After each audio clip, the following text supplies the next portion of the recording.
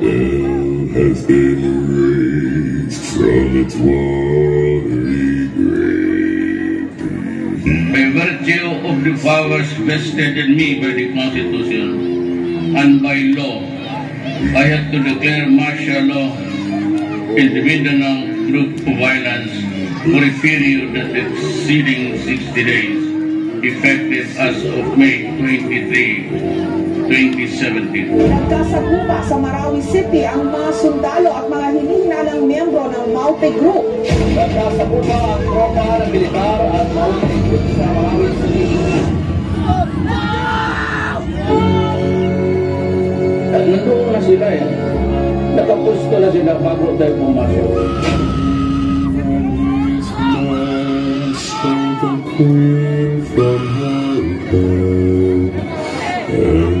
Hindi agad naunawaan ng mga residente na may malaking pag-ataking gagawin ng Maute Group sa Marawi City.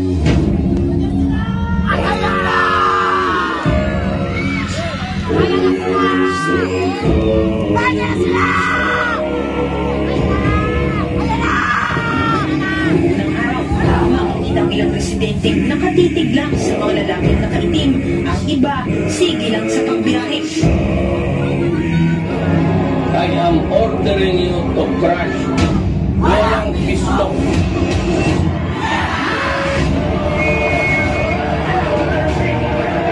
I will assume full responsibility.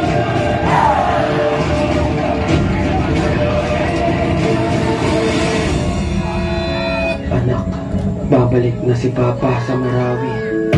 Tuminis kita. Papa. Sinira ng pakbakan ng kapitayan ng mga residente sa maraming pinatanggisyon. Mga bandang alas 3 po pinasok ng mga nakamantorang lalaki ng dito ng dito sa dito natin ng Marawi. Ito ang mga kwento sa loob ng Marawi.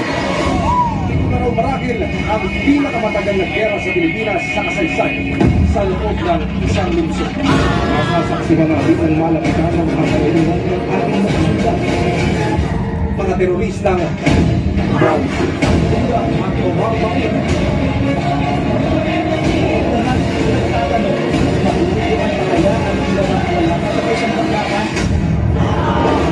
Itigil na ang ingay. Tama na ang tikirin. Itigil na ang digmaan. I will not talk anymore kasi marami na ang sundalo.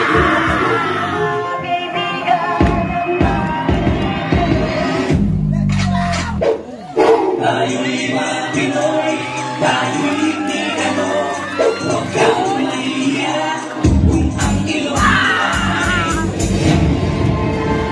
Kung may isang bagay na napatunayan ng gera sa Marawi, ito ay ang pagtutulungan at pagkakakiligyo.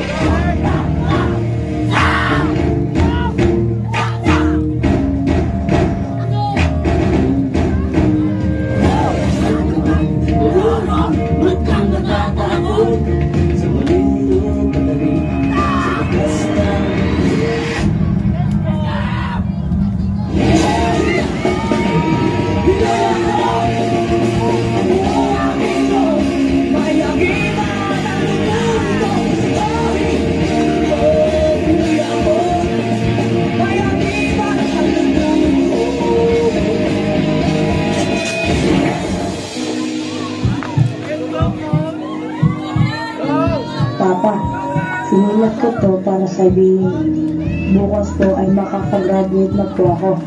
Kaya po ang magsalit ng medalya ko ha. Iintayin ko po kayo. Nagmamahal, anak.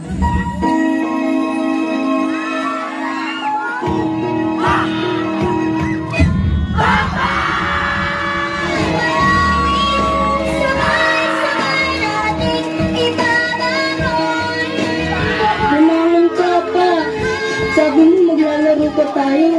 Sabi mo uuwi ka. Gumising ka na dyan pa. Papa. Isang dapat hapon, sisikat ang araw sa isang bagong ngayon. Itigil na ang digmaan. Tama na ang labanan. Nangyaring bangungot sa Marawi ay akin na. wakasan mo. Sana matapos na ang digmaan. Ang digmaang matagal nang naghihiwalay sa magkabilang dulong nag-aaway.